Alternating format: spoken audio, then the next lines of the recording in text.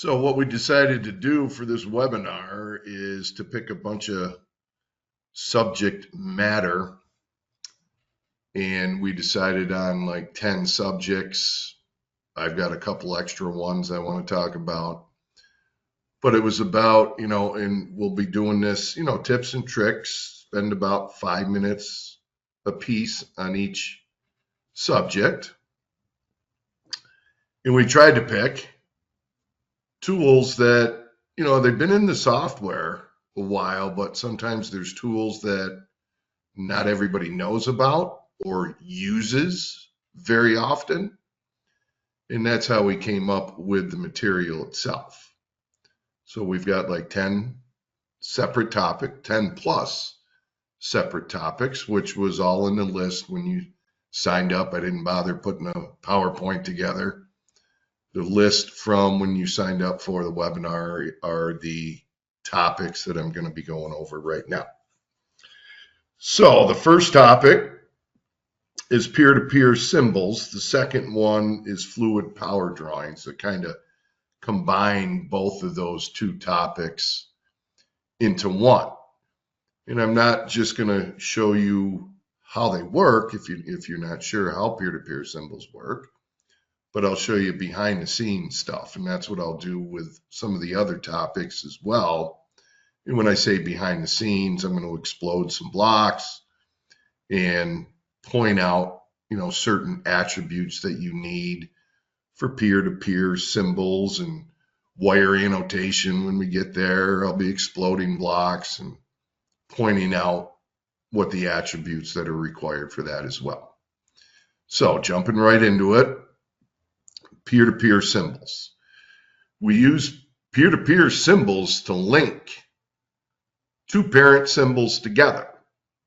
A lot of examples you see out there will link a schematic drawing to a fluid power drawing, whether it's pneumatic, hydraulic, P&ID. And sometimes, in a lot of cases, what the tag that you put on the symbol on the schematic drawing might be different than what you use on a fluid power drawing. And that's the first thing we're going to point out here. I've got this motor, and if we just take some mental notes, it's got a tag of MOT 212, hydraulic motor.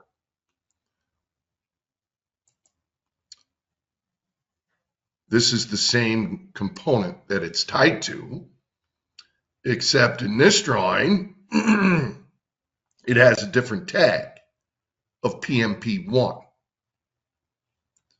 Now, having said that, I'm going to edit this component, and I'm going to go to the schematic command for the tag itself, and I want to link this to that MOT 212.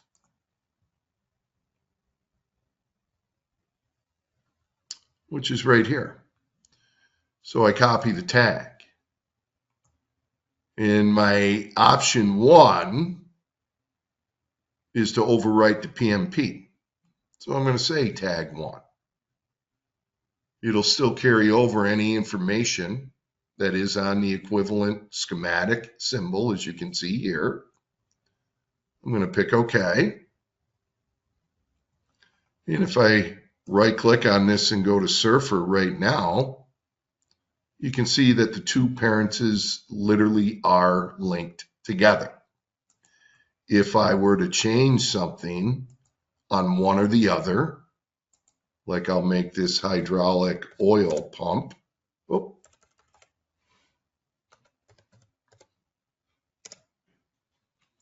and I pick OK. Just like any other parent-child relationship you have in AutoCAD Electrical, when you edit a parent symbol and there's child symbols in other drawings, it's going to ask you to update those right away. And you can pick OK, task. Don't pick skip too often.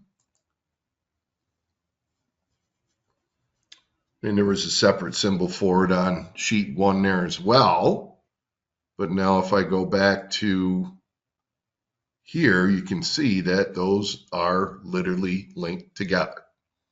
I can see it in the surfer. I can see it when I edit, in this case, the other drawing, which is, again, a parent symbol on the hydraulic drawing.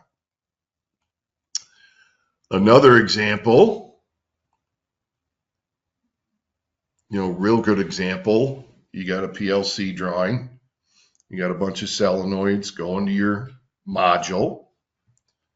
And I'm going to concentrate on this one right here, machine SOL 724.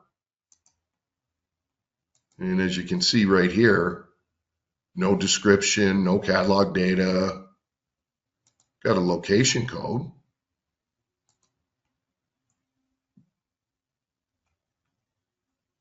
The solenoid is on this valve when it's shown in a fluid power drawing. That's what this VAL7 is. Now, sometimes with a peer-to-peer, parent-to-parent, as I like to call it, you might want a separate tag like this is. The VAL7 is the same as that SOL 724. In the previous example, I just overwrote the tag and put the same tag on both components, but you could also choose to show an alternate tag. So this time, I'll take a look at, or I'll grab the SOL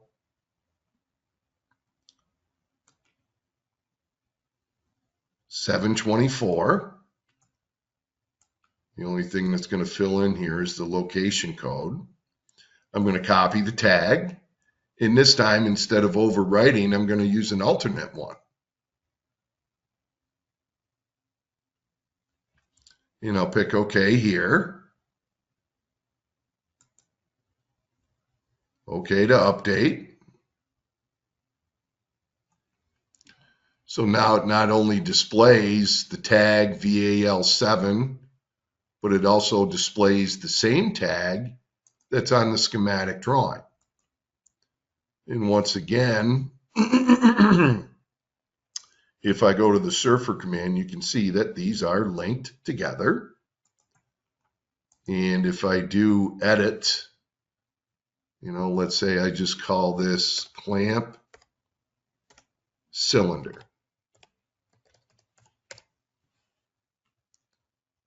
And I pick OK. Once again, it's going to ask me to update other drawings. And now if I go back to here, you can see that this symbol is linked via two parent symbols together with the peer-to-peer relationship. The 15 dash here is just letting me know it's the cross-reference for the sheet number. And it gives me all the information from the valve itself. Now, that's how peer-to-peer relationships work. How do you get there, though?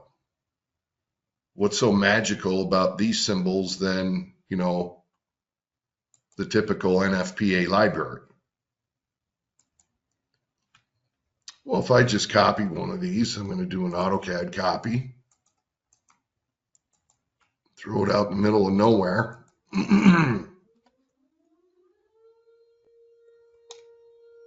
And if I explode it,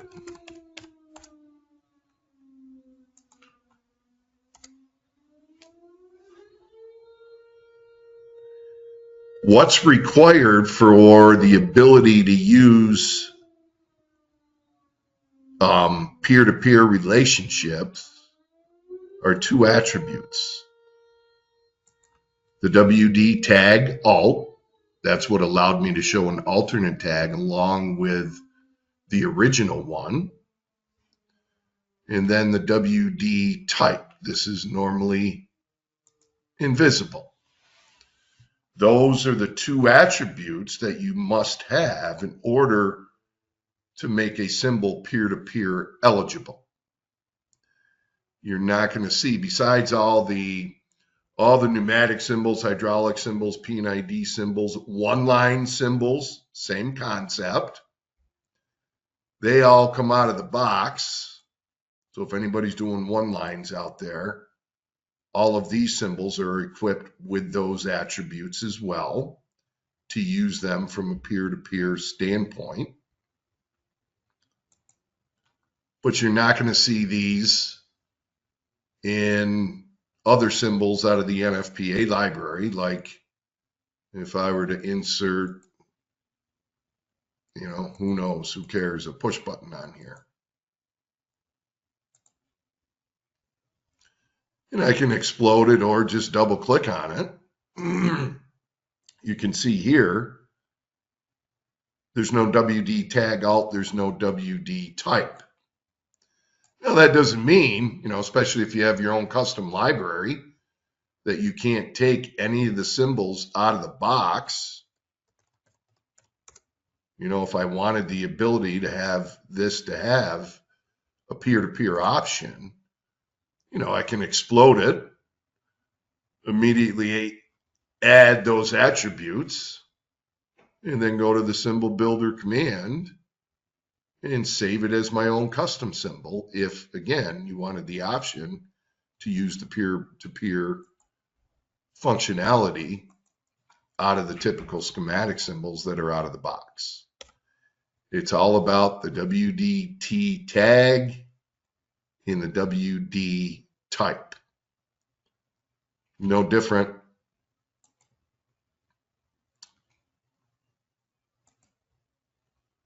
On this one right here,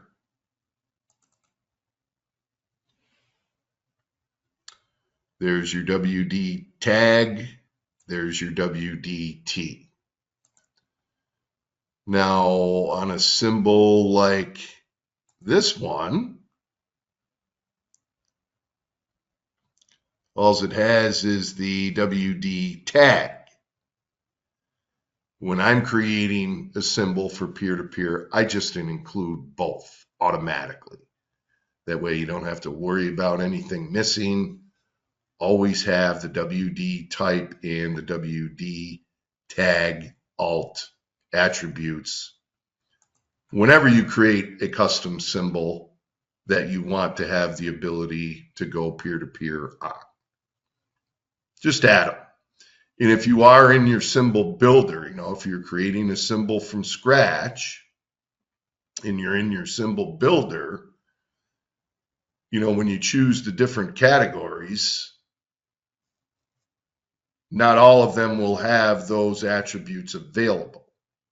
If you choose generic, they will be available. So what I mean by that is,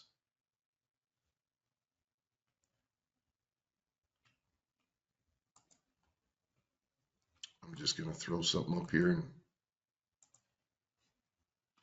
If I go to my symbol builder,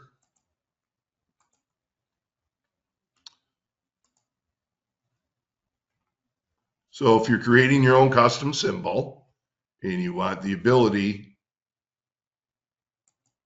to make it peer-to-peer compliant, if you will, some of these categories will have those attributes available, but some will not. If you choose generic,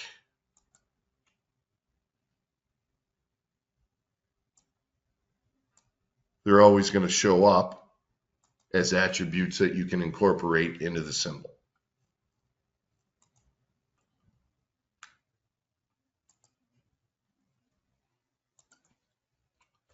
So those are peer-to-peer symbols. And again, what makes them peer-to-peer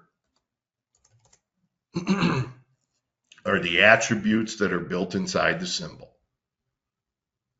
So, it doesn't have to be just about one-line diagrams or communicating between a schematic and fluid power drawing. You can build those attributes into any symbol you want.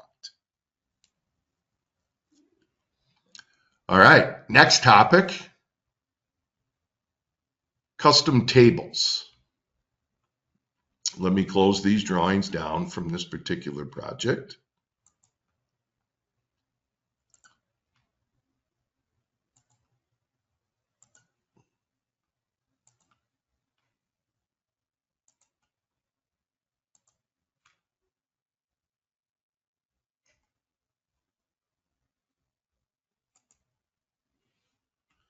So I'm going to go to this particular project right here.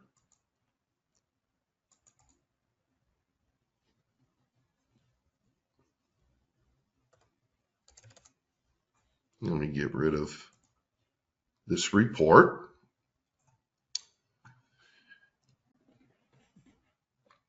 It's imperative that if you're not familiar with how tables work inside of standard AutoCAD, not AutoCAD Electrical, but standard AutoCAD, you're going to want to familiarize yourself with how they work, because they're very important with inserting reports onto a drawing, which I'm going to get to as well here.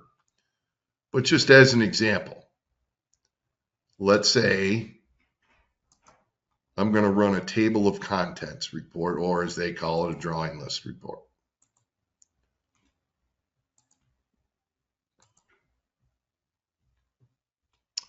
And if I want to put it onto a drawing, the most important aspect, or one of the most, I should say, is probably your table style, because it determines how much real estate the table takes up in the drawing.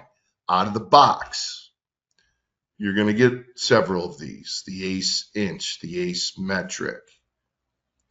The other ACE, those are for terminals, inch and metric. Standard. Now you're going to see some in here that when you go to do this the next time, you're not going to have this from to table, this panel table, this PLC IO table. These are all custom tables that I've created. Now, before I get to that, I'm going to insert this with this default table out of the box. And the reason why table styles are so important is because with this particular table style that I chose, the text height is set to 0.1 when I insert it.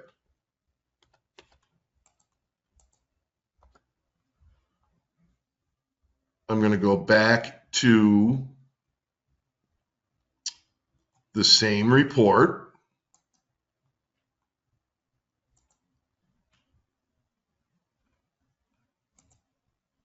Whoop.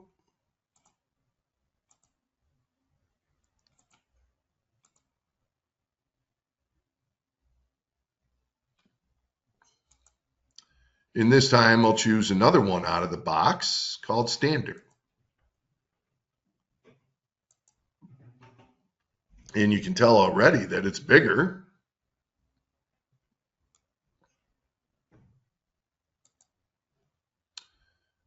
And again, the standard table style has a built-in text height, as you can see, of 0.18. And the reason why this is so important is when you start inserting tables, which I'm going to do in a minute here, when you start inserting tables that take up a lot of real estate, meaning you have to break the table up in sections, in rows. Obviously, it's going to have a big difference when the text height is different. It affects the whole table itself. Now, where do you create your custom tables? You create them. There is a drawing.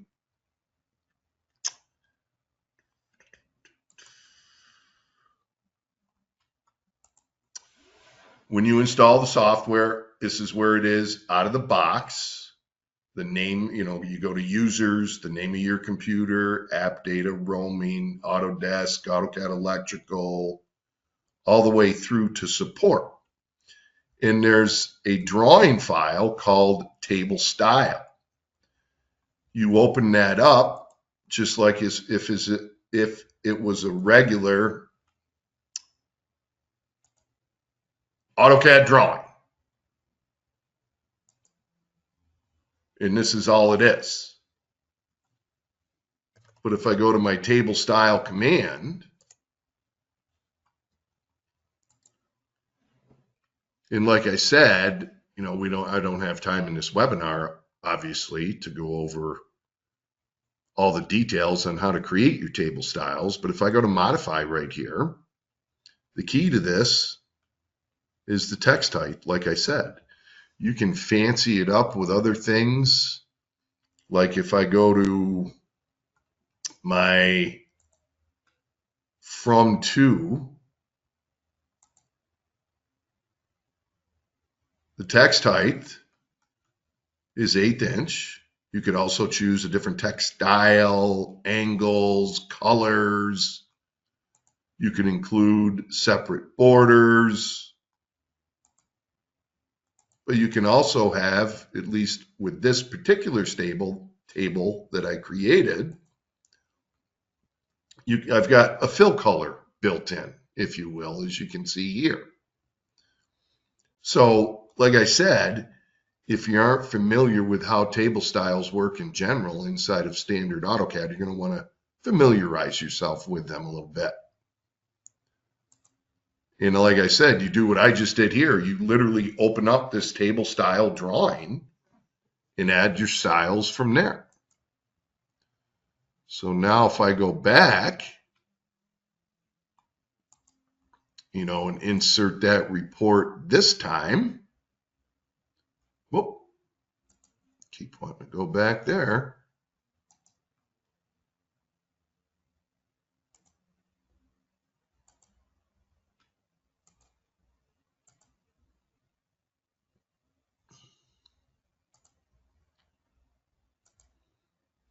And just as one more example, I'll go to one of my custom ones.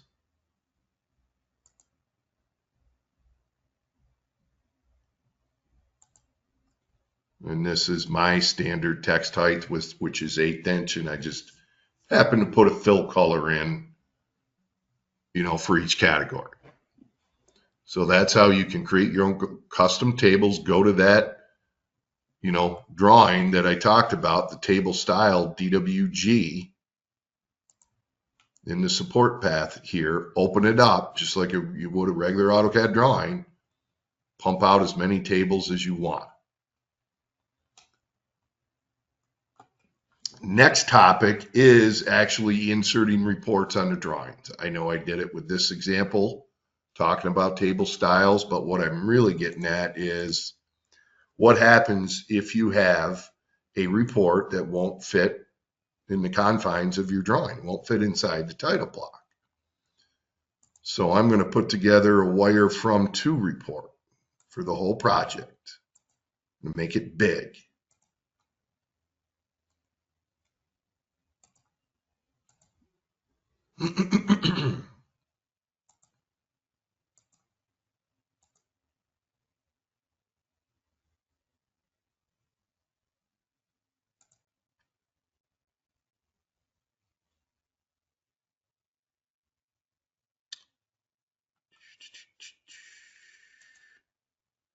So as you can see right here, right now, if I were to just to drop that in as is, it doesn't fit inside my drawing. So I have to break it up into sections and rows.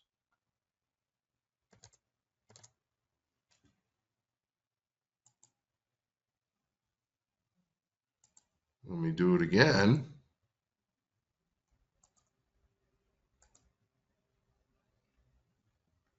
All locations.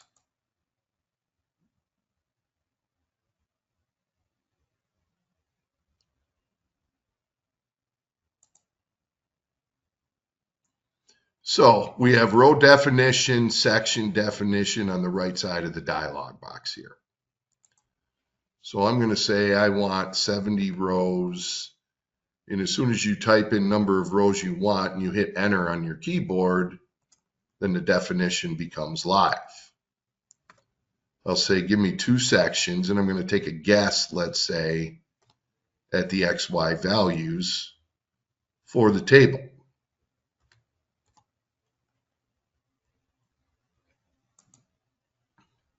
So now you can see it'll comfortably fit inside of here. But as you can see, the Y value on my placement when I put it into the drawing is off.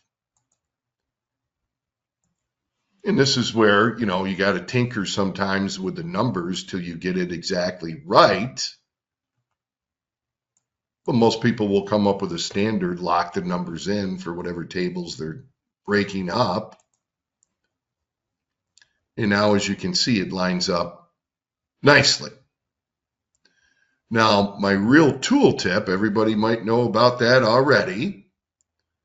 My real tooltip is, and I didn't know this for the longest time. Everybody out there might already know this, but I'm going to blank out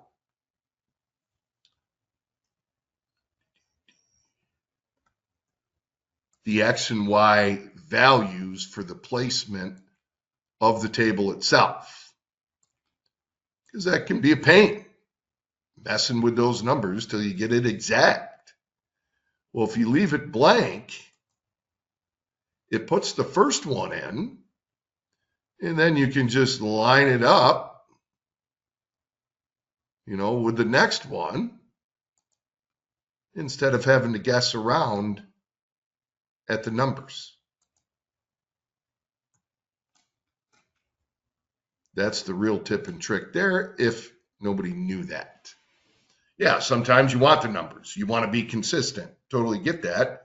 Other times it's like, I don't care. I need the 2 sections. I'd like to at least get them lined up together. Blank out the XY value for the distances, and you're good to go. Next topic, swap update block.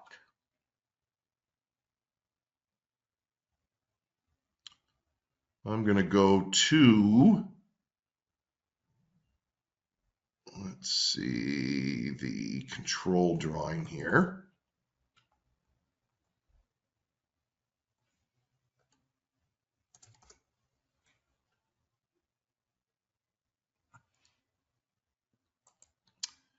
In case you've never used this, very handy tool, swap update block, and you really have 2 options. Option A swaps a block out with a different block name. Example, you want to swap out a push button with a mushroom head. You want to swap out a limit switch for a proc switch.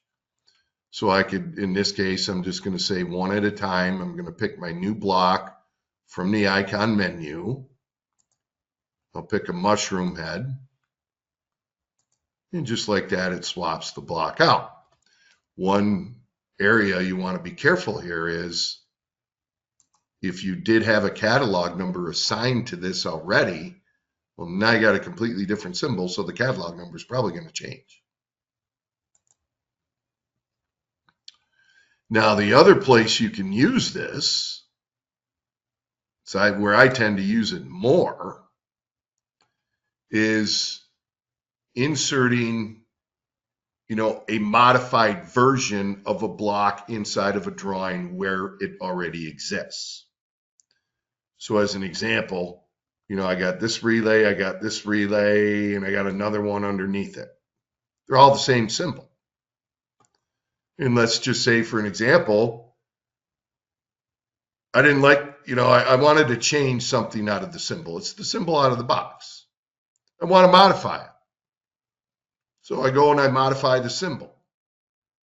And maybe in the case, that's what I did here. I moved the text out a little bit more to the right when I insert it immediately. Now, if this was AutoCAD, I would have to delete each instance, purge the drawing in order to be able to insert my new modified version. Well, the swap update block does that all for you at the same time. Under option B, I can say, give me new version. And I'm just going to browse. I placed it in the same folder that I'm performing this webinar on.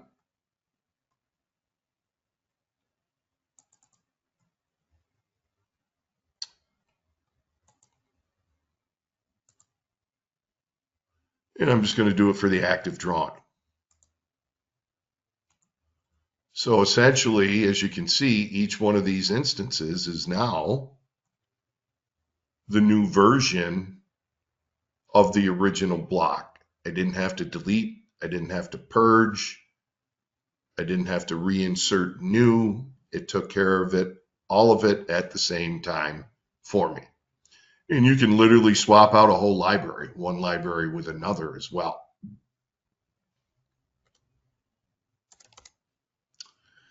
Next topic, wire annotation. Let me close these down.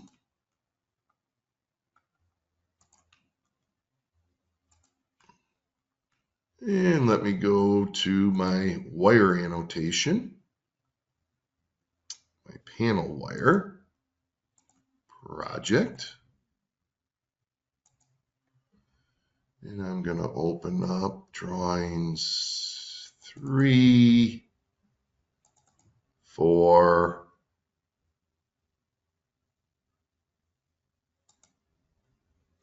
8, 9,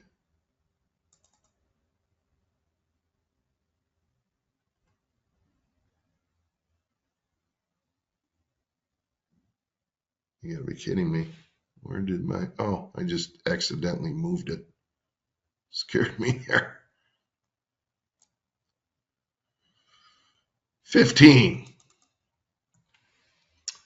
Wire annotation. What do I mean by wire annotation? What I mean is people want the ability to display wiring information from a graphical standpoint.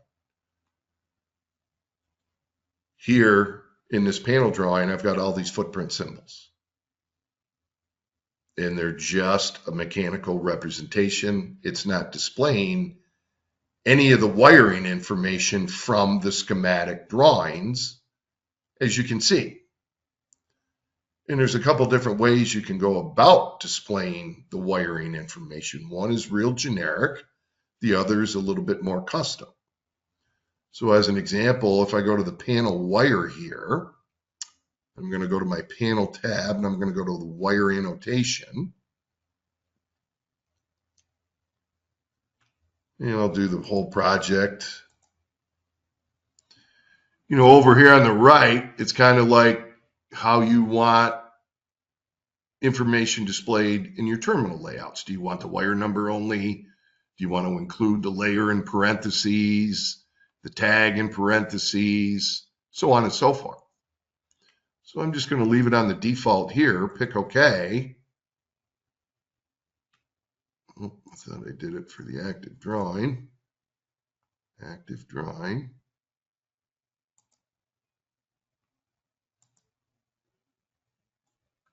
So all the wiring detail shows up. This is the generic mode.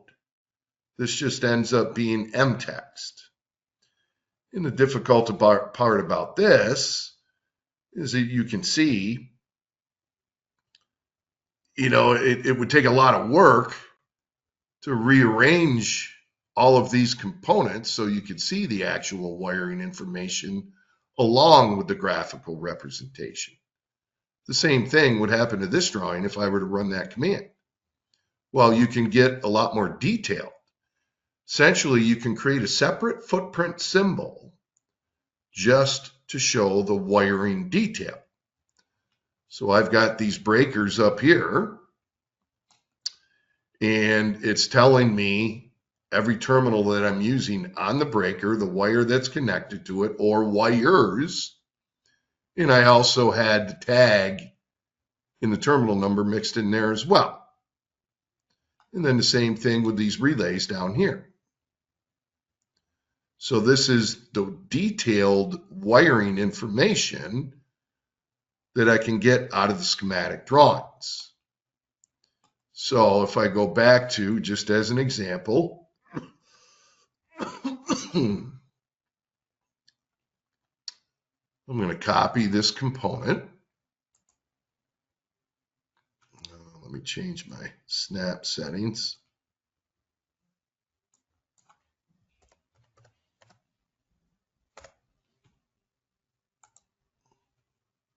And let me just copy it down to here. And I'll change description line 1 to wired, wires connected. CB 332 location codes in there. So you can see it has wire number 332 going to terminal number 6, wire number 309 going to terminal 5, and it's coming from this breaker down to here, and it's going to somewhere else. Now I'm going to come up here, and I'm going to insert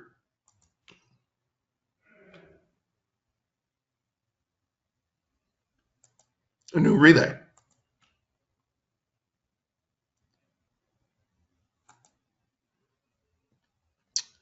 And I'm just going to call it master control. And I'll give it a location code again, just to fill something in. And then I'll insert a contact, nothing earth-shattering going on here.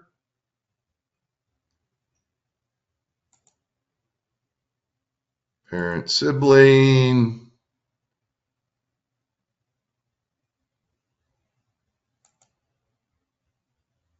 Oh, hold on a minute.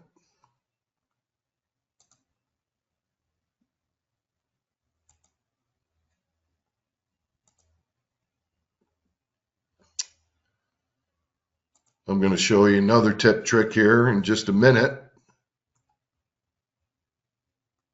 as far as inserting symbols from your catalog browser. But I'm just going to insert this Allen Bradley.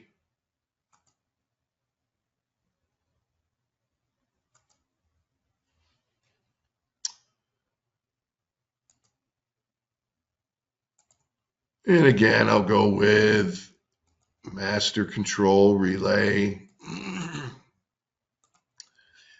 Pick OK at the bottom. And then insert a child symbol.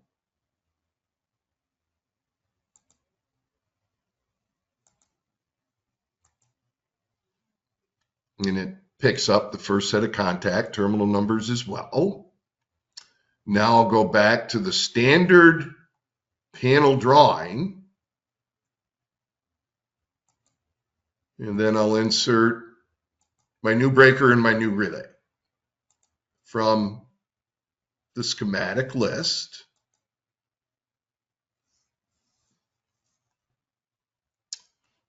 I'll just make sure I'm set to tag name there. I'll mark the existing, hide the existing. Here's my new relay. And I'll just insert this one up here. Pick OK. And then I'll insert my new relay. And now if I want to display the wiring information on there, I'm just going to go to my regular icon menu to insert the symbol. And I have it in the same folder.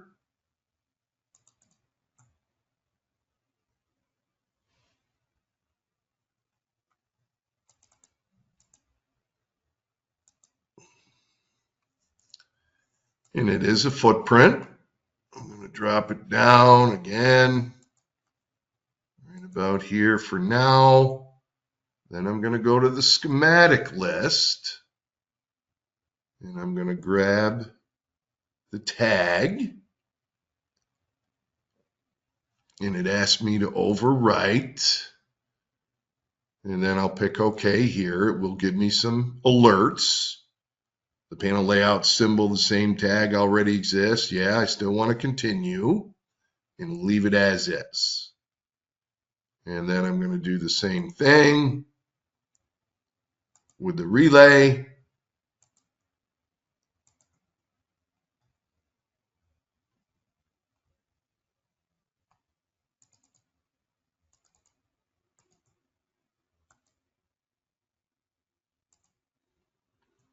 And I'll just drop this one down here next to the rest of them.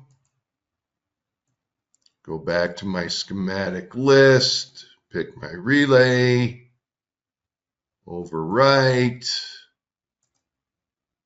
continue, leave as is.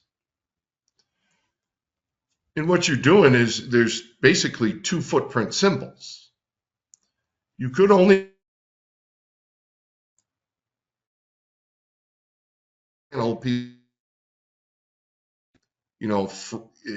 pump out a drawing like this to be able to build the panel, but then freeze a bunch of layers and just display the wiring information. That way you could use the same footprint symbol. I chose to, create a separate one. But the main point is I go back to my wire annotation.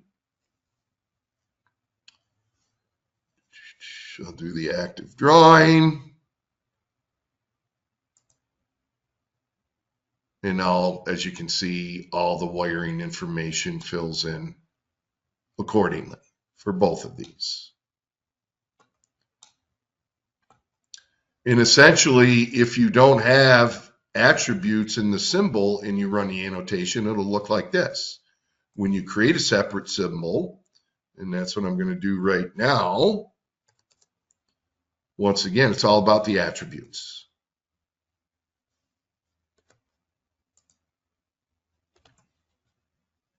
And you're going to see a pattern here. So it's a footprint symbol, but you still add connection points like Termo 1. There's the K1 down here. The wire number, that's what shows up for the wire itself.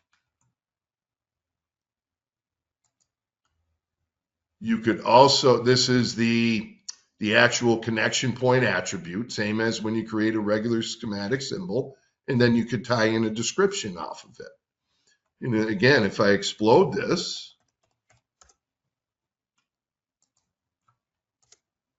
it's all about the attributes. If you've created schematic symbols, you're going to know that this is a connection point attribute. This is the terminal description or pin number for that attribute.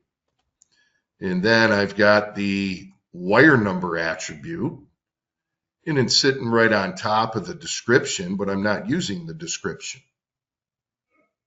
But you can create these footprint symbols any way you want. You just have to include the attributes to get that wiring detail information.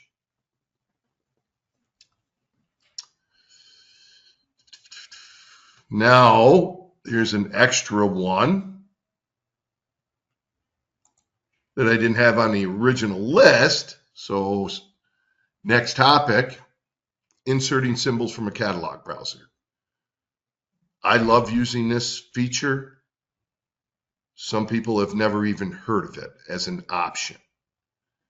And it's basically being able to use your catalog browser to insert a schematic symbol.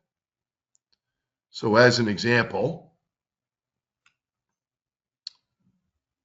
if I go to my catalog browser, you just saw me do it with the relay here.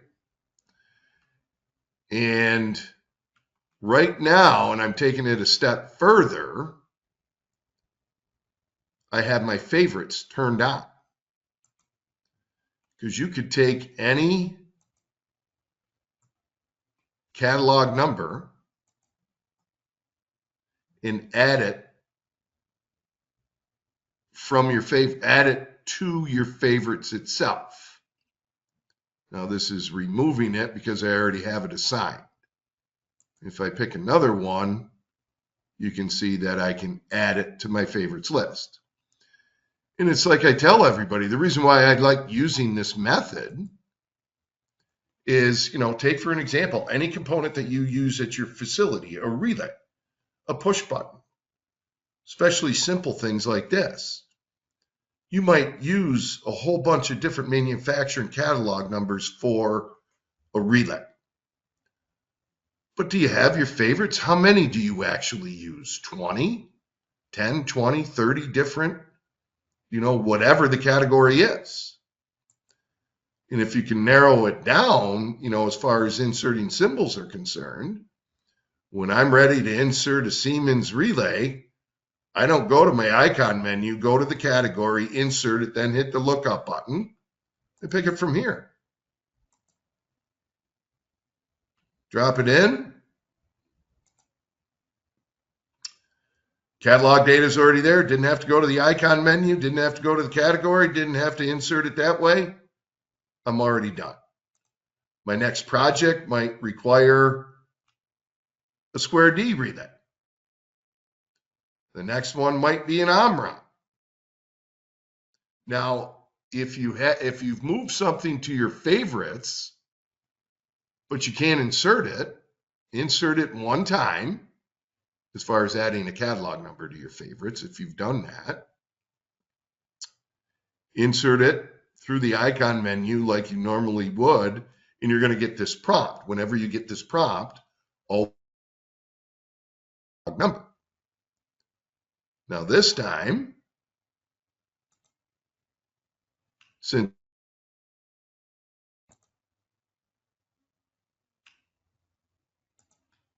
come on, refresh for me. Now when I pick on it, I can insert it, and it actually mapped two different versions, a horizontal and a vertical.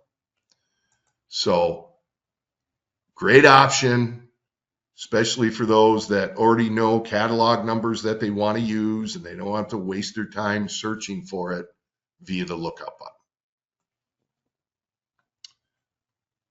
Symbol conversion.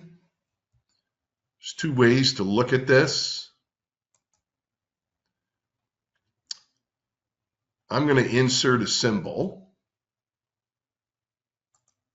that's not an AutoCAD Electrical symbol. Well, in a previous life, when I was doing this for a living, the company that I worked at had been using AutoCAD. We had all our own blocks, and they usually included attributes. So this one right here, it's a block, an AutoCAD block. I got 3 lines of descriptions I could plug in here.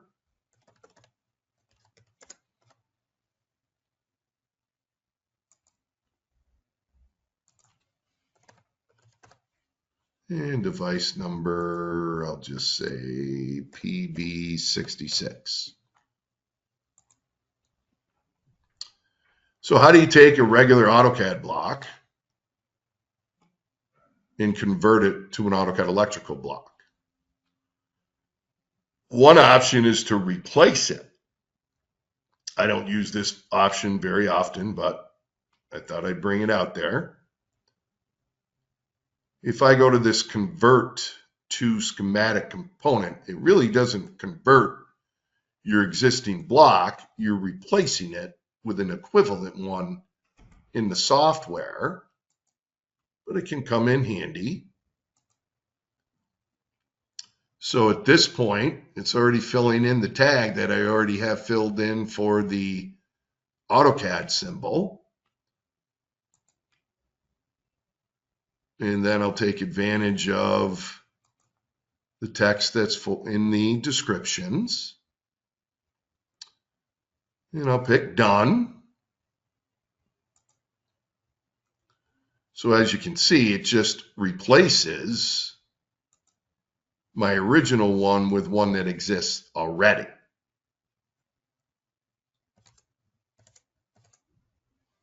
Personally, if I have an existing AutoCAD block, the way I convert it is I'll explode it first.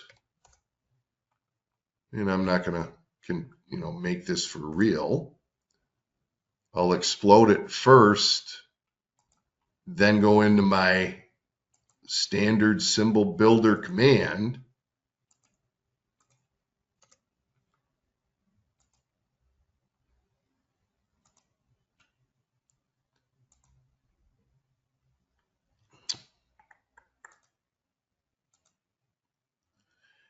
And if there's attributes that are already existing on your AutoCAD block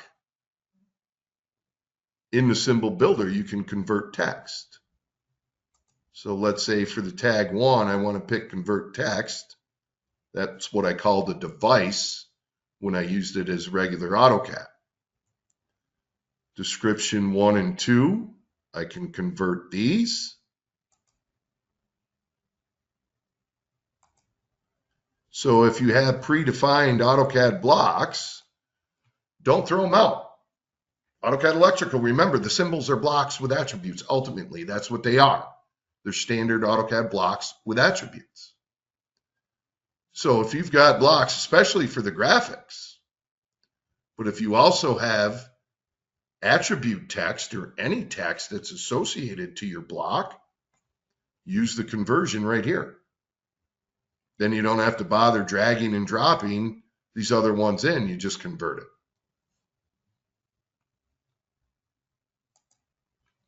That's how I most likely would convert an AutoCAD symbol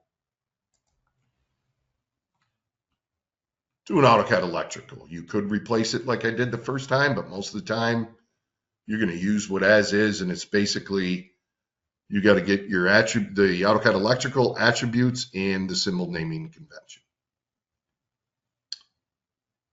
Modifying a symbol library is the next topic, and I am almost close in case anybody's getting nervous here. I know what time it is. Kind of another unknown gem. If you're using the symbols out of the box, all the text height is set for 1/8 inch. When they originally came out with the symbols, they would go to a D size sheet of paper, even though you plot it to a B size. 1/8 inch text works great. So all the symbols, 1/8 inch text out of the box. We often get asked the question, well, I got a customer request, and I'm just going to pick a copied version of the NFPA library here. You know that they use different text heights. They use a different scale. You know, they might use, instead of a D size setup, a B size setup. You can take a whole library and change, you know, the scale, the default attribute text height, the component tag, text height, child, terminal numbers, everything in here, as you can see. So as an example, I took the NFPA library, and if you're going to do this, what you want to do,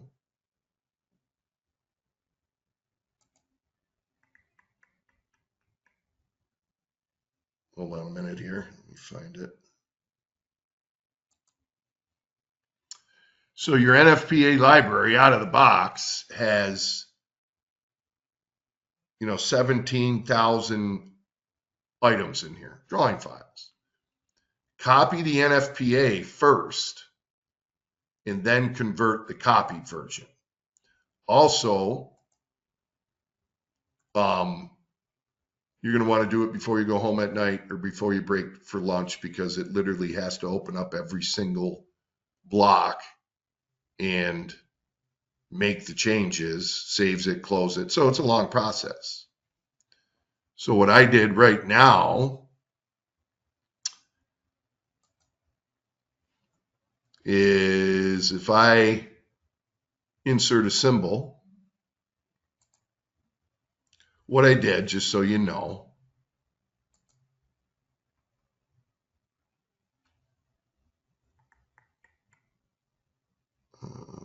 is it here?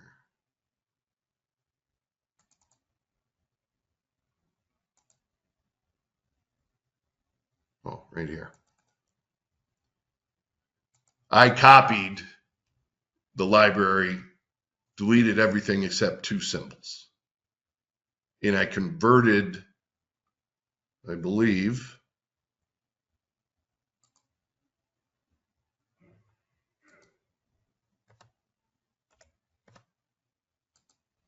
yeah. So as you can see here, the text height, default text height for any attribute on here is 1/8 inch. I converted the library, whereas the pin numbers are smaller. Maybe I want my terminal/pin number smaller on all my symbols. The main point is you could take any library and make modifications to it from a text height perspective. That's what it's mainly all about. Or scaling it completely. You take a whole library and, like I said, scale every symbol by half if you're using a B-size setup.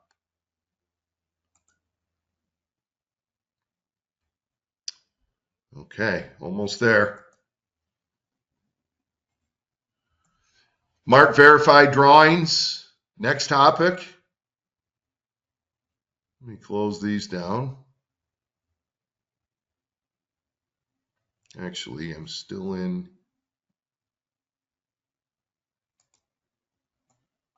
Yeah. All right, let me close these down.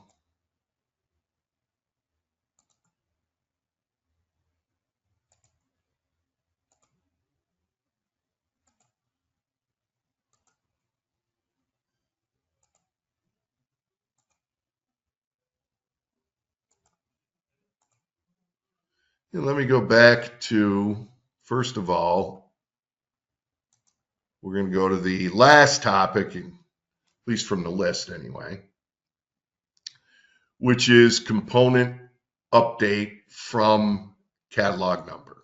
It's only going to take a minute here. But let's say as an example, I've got this symbol right here. It has a catalog number, an Eaton catalog number on here. And if I go to lookup, and if I edit the catalog number itself,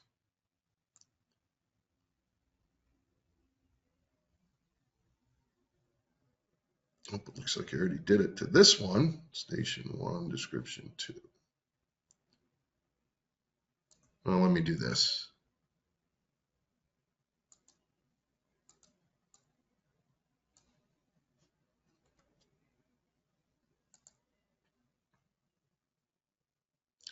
So essentially, this particular catalog number has no predefined text values. Somebody just typed in forward cutting motor like you normally might do. And what you can do with the component update from catalog number, let me just make sure it's still good. Actually, it wasn't, but I'm going to go and I'm going to edit this. And this is only one component in here. You would usually do this when you have some mass changes or updates to make. And in the text value column, I'm going to type in DESC1 equals station 1 semicolon DESC2 equals MTR. And I'll accept those changes. Now, if I were to reassign this right now, meaning if I were to select it here, the insert edit component dialog box would populate with those new text values right away. But think if you had it at a broader level. You had this component multiple times in multiple drawings. Well, from here, I can go to the component update from catalog. And the other fields you could update would be the terminal properties, the pin lists, data, web link. All I did is a text value. Pick OK. So now you can see for any, symbol, even gives me a report on it.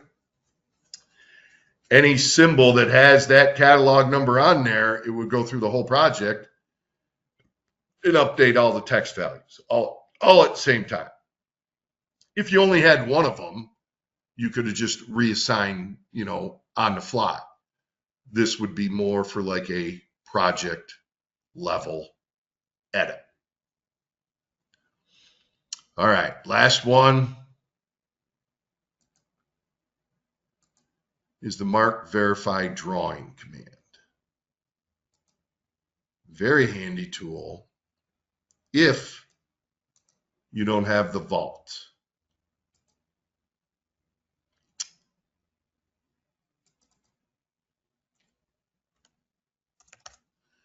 What the mark verify command is used for is it's the only way in AutoCAD Electrical that we can actually record changes that we've made throughout the design cycle. There's nothing automatic. There's no rev control. There's nothing to tie it back to the title block. Wish it would. And again, if you're using the vault, I'm sure the vault would be the way to go as far as recording your design process, the history of your design process. But if you don't have the vault, we have this mark verify command. And what you start with is you mark the drawing. When you mark the drawing, it'll put an invisible mark on every single component and wire that's in here. And I'll just call this my famous station 1.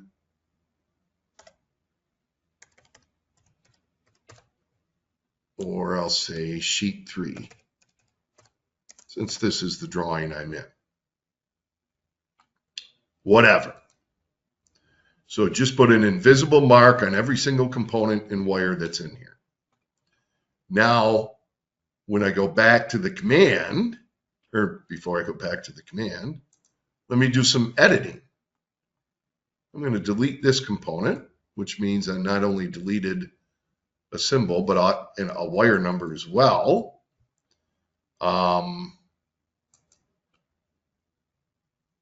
me edit this one. And I'll just give it, wait a minute here. Yeah, let me change the catalog number on this one.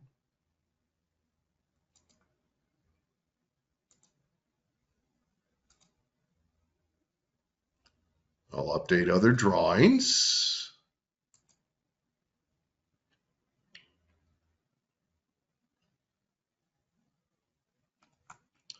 And then I'll change the description on this one to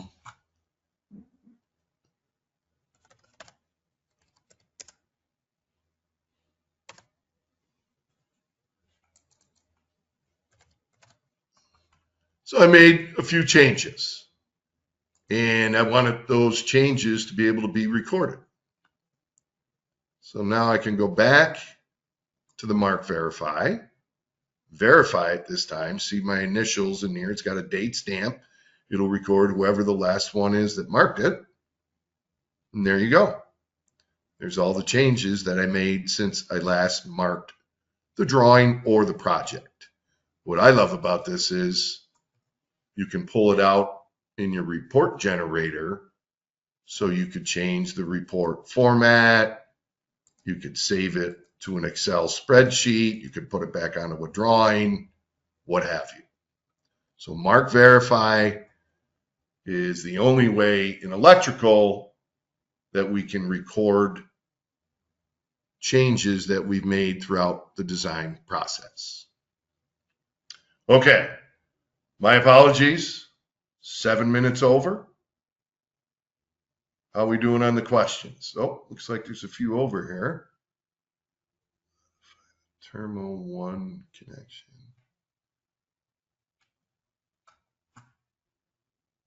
I can't see the whole thing.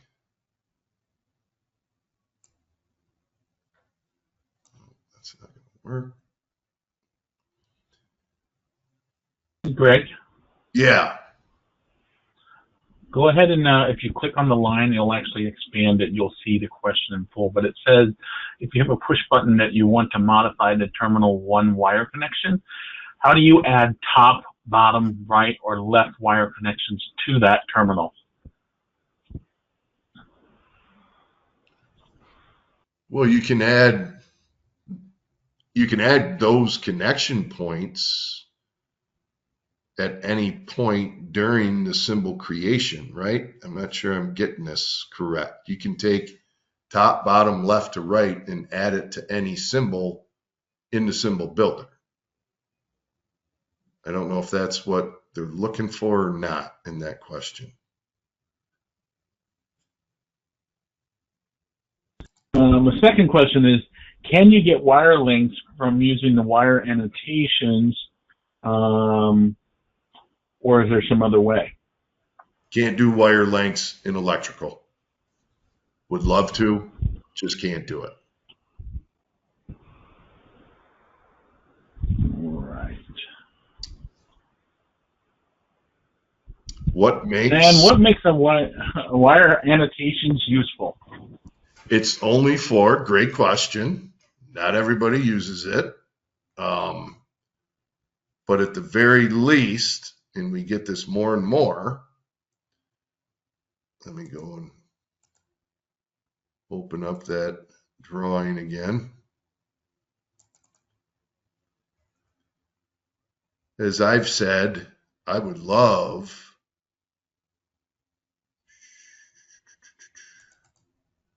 to be able to take my panel drawing and basically have it draw a wire physically. I know it's AutoCAD, it's 2D. But at the very least, if we had the ability, let's say I'm coming off of this breaker, and I'm going to this relay or I'm going to a motor starter or whatever, literally show the wire in the wireway and be able to pull out lengths that way. I would love to be able to do that. We can't, at least right now. So at the very least, they do give us a tool. And when I created this footprint block, a lot of people won't, this is just to represent a wire. You'll see a lot of people they won't even do that. They'll just show the from and to really close to the terminal or connection point they're going to. But we do get a lot of calls, yes, we can't do the length, but I want to be able to graphically see on my symbol where wires are coming from and where they're going.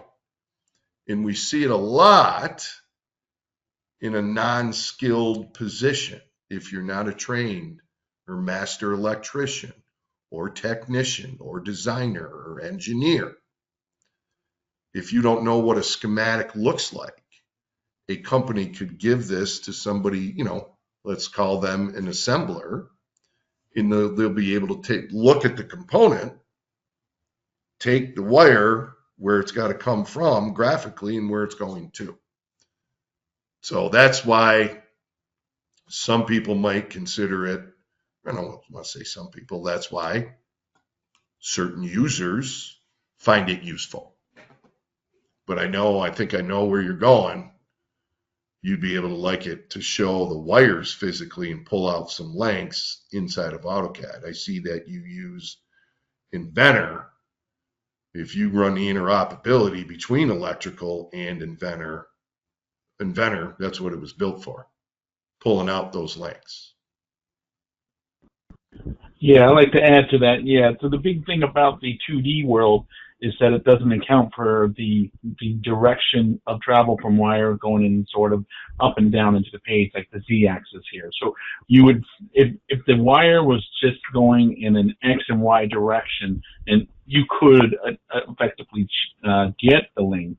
But when we're dealing with things like a manufacturer of, like, let's say tractors or something, you're going from an alternator to the battery to the ground.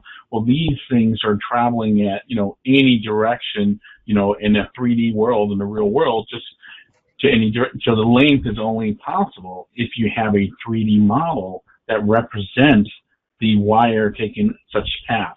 When it comes to the schematic world, it's really meant to document connectivities more so, and between the components, more so than the actual length, if that makes sense. Now, of course, you have the footprint panel that kind of is close to the real world, where it shows you a layout of a panel. But as far as getting the length, unless it's achieved in sort of this just in a 2D fashion, in which in most cases it's not, it's kind of a challenge to actually achieve getting the length. So that's why I brought up that inventor as an example where you have a 3D model that you can document the wire travel and get the effective length, and then you can extract from that what's called a nail board to allow you to create it's like a template for that wire harness, for example, to get the lengths correctly set up. There was somebody that made a comment about the first question, Greg. He mentioned that they might be asking about the X1 terminal versus X2 terminal versus X4, X8, and how the digit forces the wires to go in a certain direction. Maybe that's the clarification that we needed for that first question in terms of, directional for the wires. Yeah, like I said, that's going to be determined when you create the symbol itself. So if I go and look at any symbol and I explode it,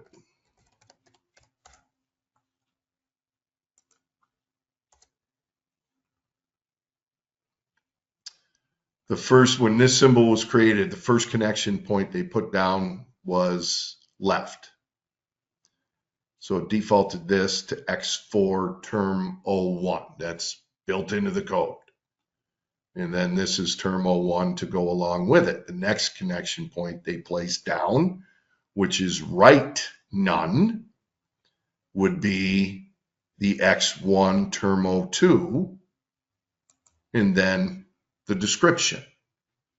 If it was top and bottom, it would be X4 term 0. I don't even know off the top of my head, because I usually, I just let the software take care of that. I'm worried about, my descriptions, but as far as the X4, X1, I mean, that's all defined when you're in the symbol builder mode.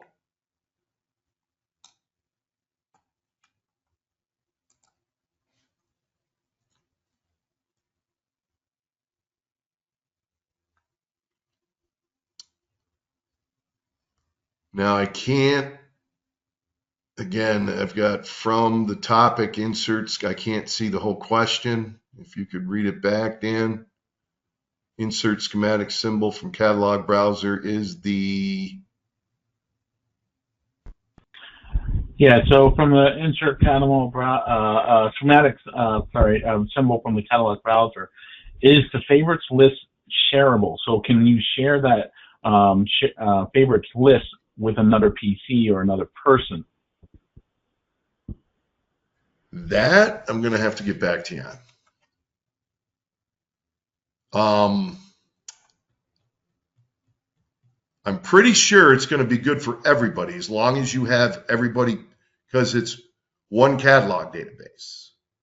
So if you, in your multi-user environment right now, if you have everybody pointing to the same default _cat.mdb, or if you're using SQL, doesn't matter, that's up on a shared network drive, I'm pretty sure, again, I'll have to confirm it for you, but that's part of the database. So if everybody's looking at one database, whoever puts whatever into the favorites, one person puts it in, everybody should see it. No different than if you add a new catalog number, right?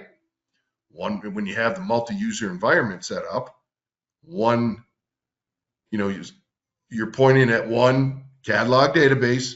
One person adds a new catalog number to the catalog database, it's immediately available to everybody. So, like I said, as long as you're sharing the same catalog database right now, pretty sure, it'll be the same on everybody's computer. I can verify that.